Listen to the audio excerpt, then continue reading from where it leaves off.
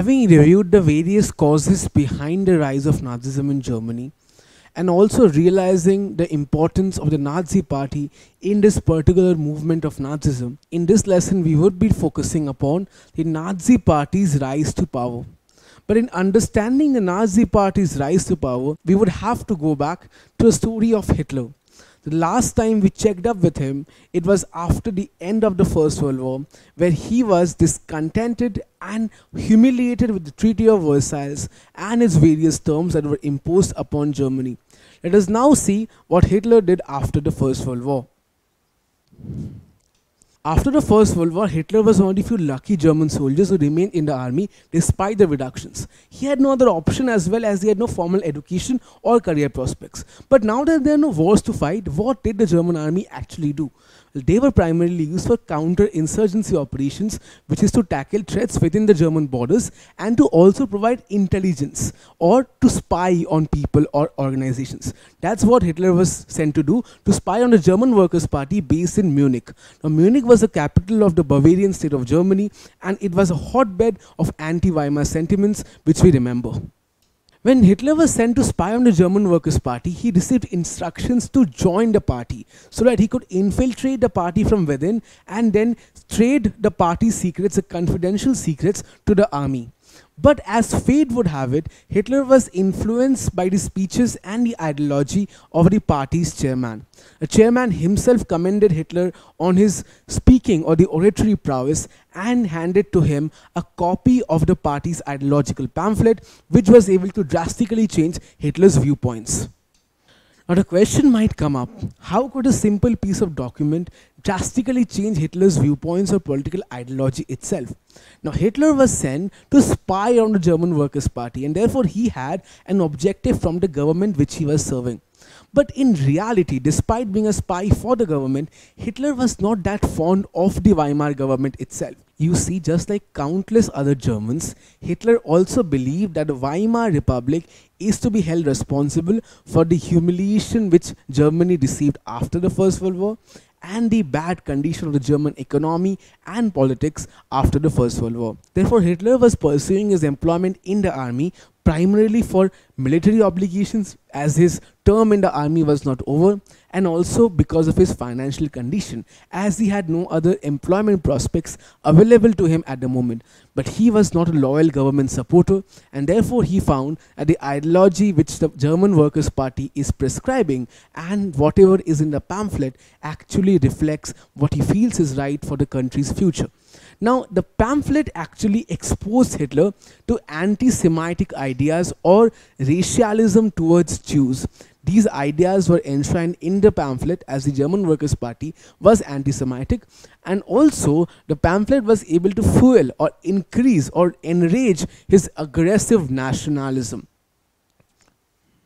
Now, after being exposed to the pamphlet and its anti-Semitic ideas, Hitler attempted to address or solve the Jewish question. Now, what was the Jewish question? This was a particular idea or particular thought in the mind of the German public at what is to be done with the Jews of Germany.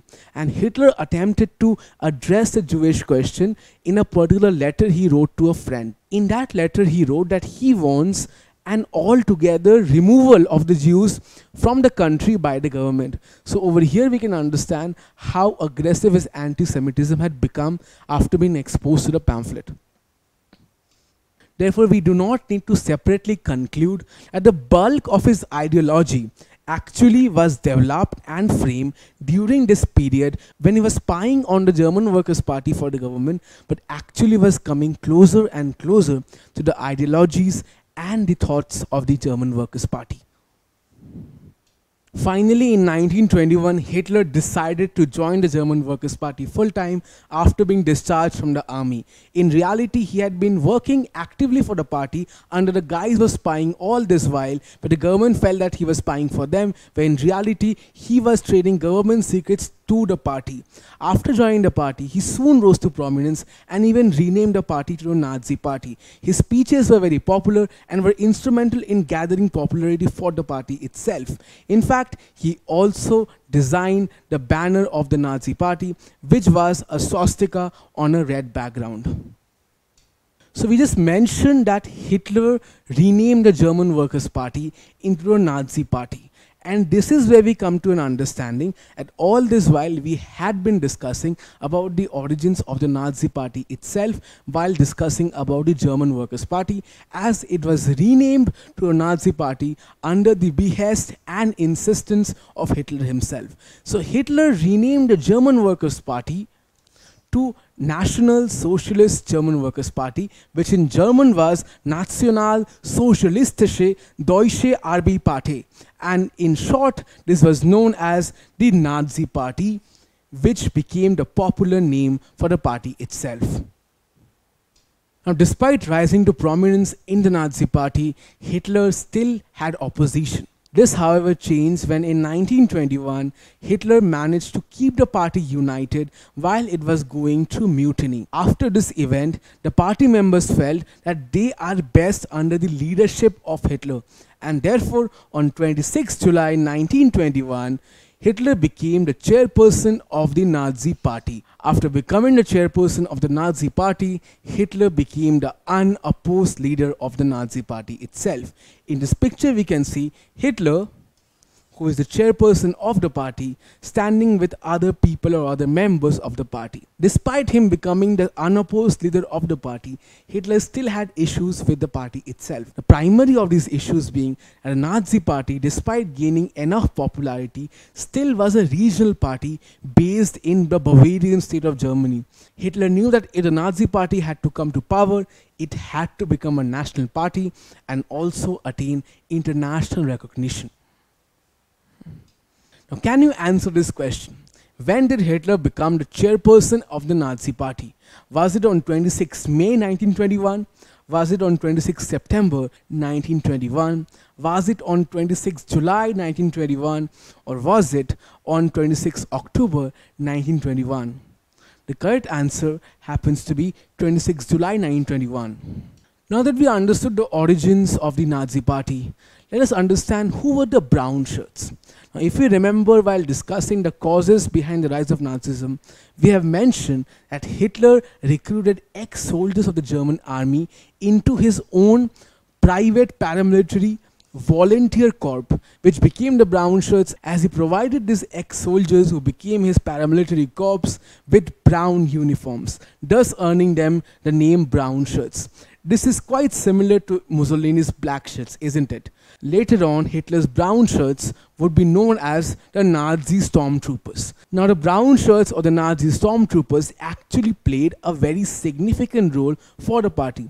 So they actually had a very fundamental role in the spread of the party's influence all over Germany, the appeasement of youth, or to gain the popular support of the youth so the youth can join the party, and finally also to silence the rivals, or all the political opponents of the Nazi party were dealt and were silenced by the brown shirts, which became Hitler's own private army. Therefore, the brown shirts were able to give the Nazi party arm backing and also earn them relevance, as Germany was at its core a militant state.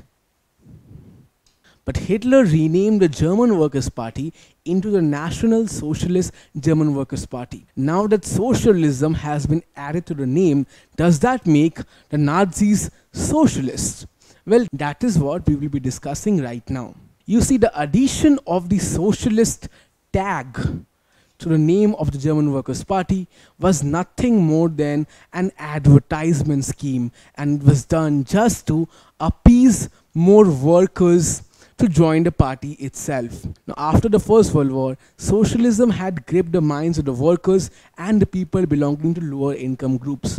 Hitler therefore realized that if he could even make his party appear even a little bit socialistic, he would be able to gain much more support and memberships from the workers and people belonging to lower income groups. Therefore, Hitler renamed the party into a National Socialist German Workers' Party and also proposed many economic policies that appeared to be socialistic.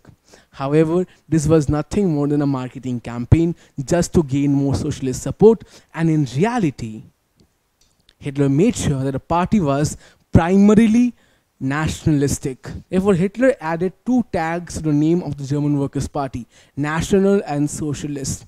The national was a part of his own core ideology, and the socialist was nothing more than a gimmick or a fake tag, an advertisement campaign to get more worker support for the party. When the Nazi party first started operating, it had a significant left-wing influence.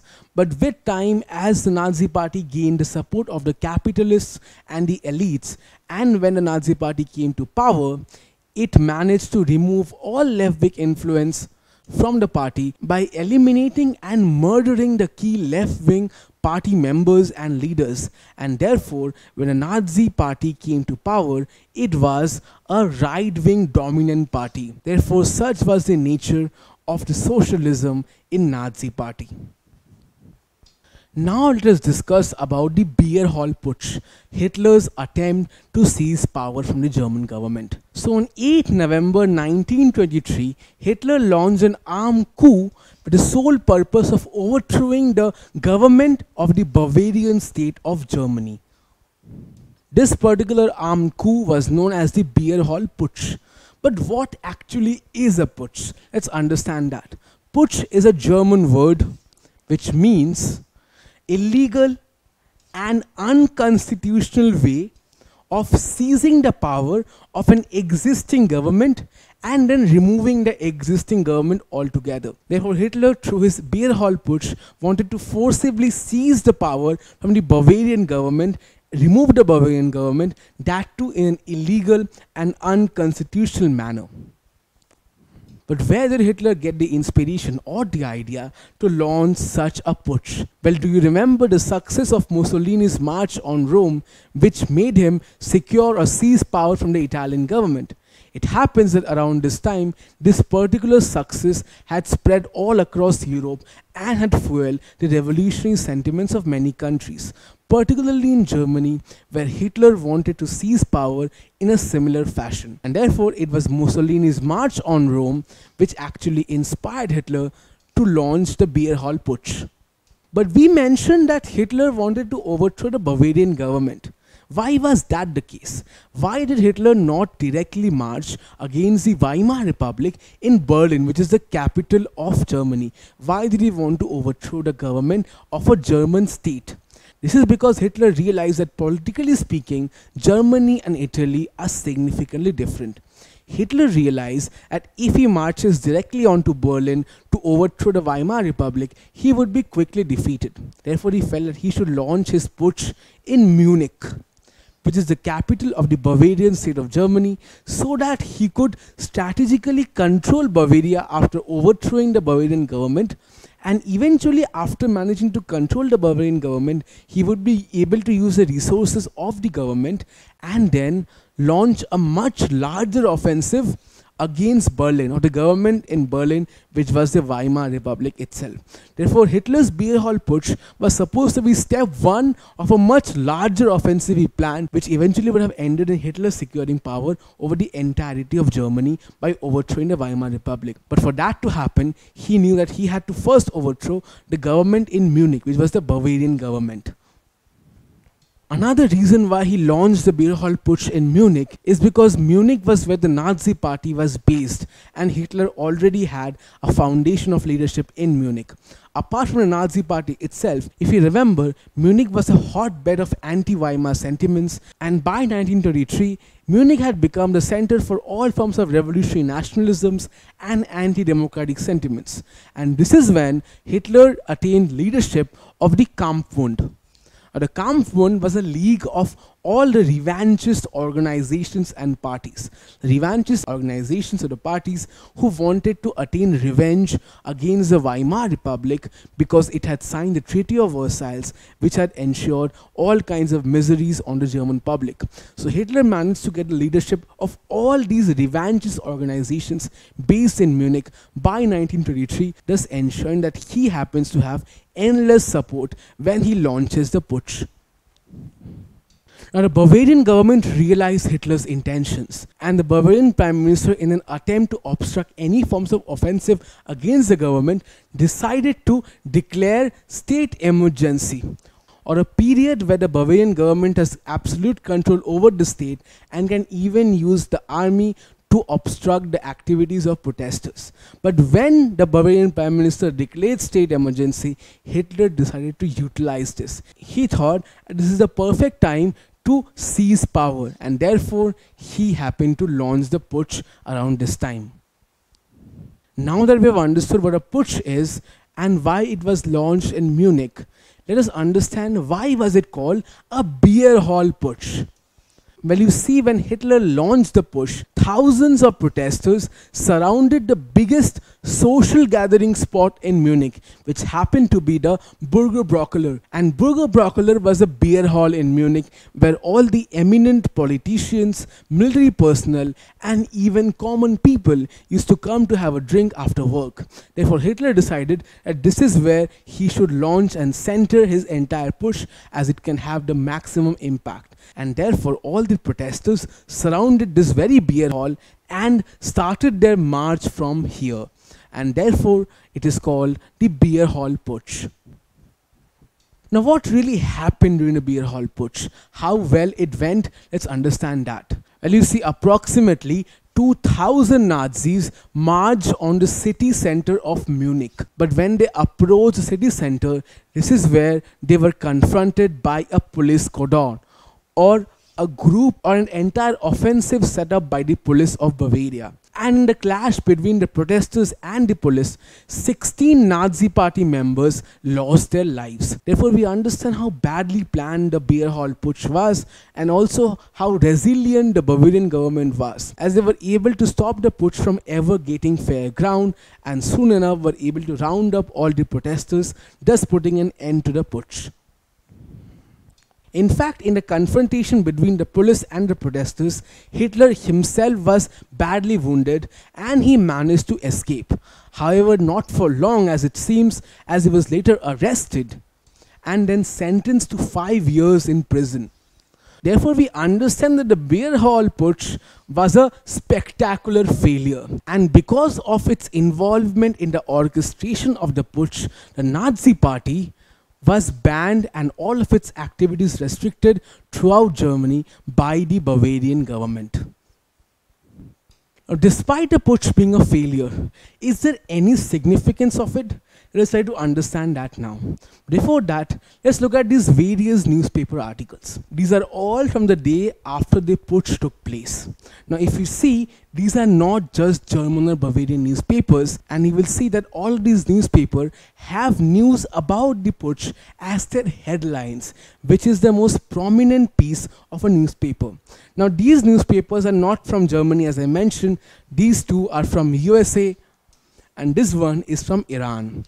All of these are talking about the beer hall putsch. This happened to solve a very big problem which Hitler had with his party, which was that the Nazi party was predominantly a regional party with regional influence.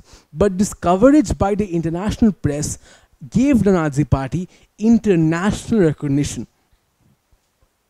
Due to this press coverage, many Germans living in faraway countries like USA or Iran, who read these newspapers, actually became sympathetic to the Nazi cause. This must have been the face of Hitler when he was reading about the various international newspapers who were covering his putsch. Because Hitler knew one thing very clearly: there is nothing called bad press. If you want recognition, it does not matter what the newspapers are writing about you, as long as the newspapers are writing about you. And therefore, the international recognition which the Nazi party got through the various press coverages is exactly what Hitler wanted. Despite all the recognition from international media, if you remember, at the end of the putsch, Hitler was sentenced to prison. Now, how could this be significant? Well, Hitler actually managed to get his sentence reduced. How did he manage to do that? Let's see that. Hitler, through his oratory skills and by citing his past military records, gave a very fiery speech at his own trial, as we can see over here. And this actually even impressed the jury members. What a fine chap this Hitler is verbatim what a particular jury member said about Hitler. Therefore, Hitler managed to get his sentence reduced from the initial term of 5 years, as he was convicted for high treason, which is a very severe offense. From 5 years, he was able to get his sentence reduced to a mere 9 months. Even the 9 months in prison, Hitler did not waste. He utilized this time to even gain popularity and spread his ideology and get a good fan following in the jail itself. It is said that Hitler was able to get special treatment for himself in Landsberg jail, where he was kept, where his cell had its own private balcony. He was given special meals, and members of the press could see or meet him at any time. In this particular picture, you can see Hitler is posing for the press in his jail cell. Not only did Hitler get his sentence in the prison reduced, have a very comfortable time in the prison, and also managed to get a significant fan following in the jail, he also managed to do something else. You see, in this particular time, he read many works of totalitarian thinkers and writers and was thus able to fine-tune his ideology. This is when he realized something which Mussolini could never do, that he needs a clear and concise program for his party before he could seize power. You see, Mussolini played everything by the eye, but Hitler felt that his party needs a certain document, something permanent which reflects the ideas and aims of the party and which everyone can follow. And therefore it was in jail when Hitler started to draft a very clear and concise Nazi program for his party. This program came out when Hitler published his autobiography Mein Kampf, or My Struggles. This contained his radical ideas on German nationalism and also anti-Semitism. Quite simply put, his autobiography gives us information on how much he loves his country and also sheds light on how much he hates the Jews. His autobiography made Hitler into a popular hero, where people felt that he has been wrongfully put in jail while fighting for his country. Hitler later described his prison time, or this entire period of time when he was in jail, as a period of state-sponsored education, as it was in this period when he had the time to be exposed to the works of many totalitarian thinkers and leaders, properly polish his ideology, and then convert his ideology into a concrete and concise program for his party in the form of an autobiography. And that is the true significance of the beer hall putsch. Even though the putsch failed, it gave Hitler time to really come up with a program for the party. Hitler eventually was released after his 9-month sentence. You can see a picture of him over here leaving Landsberg jail. Now, after his release, Hitler realized that he could no longer operate in the method he used to do before the putsch. He felt that he has to tone down the revolutionary character of his activities. His aims and ideologies will be the same, but the means to achieve them would be different, as now he felt that he could only resort to constitutional and absolutely legal means to seize power. Thus started a new chapter in the book of Hitler's rise to power. This time, however, ending in Hitler attaining absolute authority of Germany. Therefore, we understand that the lessons which Hitler learned after the beer hall putsch and how he implemented the lessons he learned in his rise to power is the most important significance of the failed putsch itself. Therefore, in this lesson, we were able to trace the Nazi Party's rise to power. We started off by seeing Hitler join the German Workers' Party, him rising in prominence in the party, eventually changing the name of the party to the Nazi Party. We also understood how socialistic was the Nazi Party in reality, who the Brownshirts were, and also the beer hall putsch, which was launched by Hitler, which was a failure but which had its own significance. In the next lesson, we would be seeing Hitler's activities after his release from the jail, how he managed to get the ban on his party lifted, and how he reformed the ideals and activities of his party to conform to his newfound realizations. Don't forget to subscribe to our channel and hit the bell icon. You can also register for free at DeltaStep.com or download the DeltaStep app to learn one-to-one with our amazing teachers, or to get access to all our 5,000 plus amazing videos as per your school syllabus. Master each topic with our adaptive practice technology. Get million plus questions with step-by-step solutions and unlimited mock tests. Get all your doubts resolved instantly. learn via games, and win amazing prizes like PlayStations and iPads. So at DeltaStep, learning is not just fun and easy, it is rewarding too. So register for free now.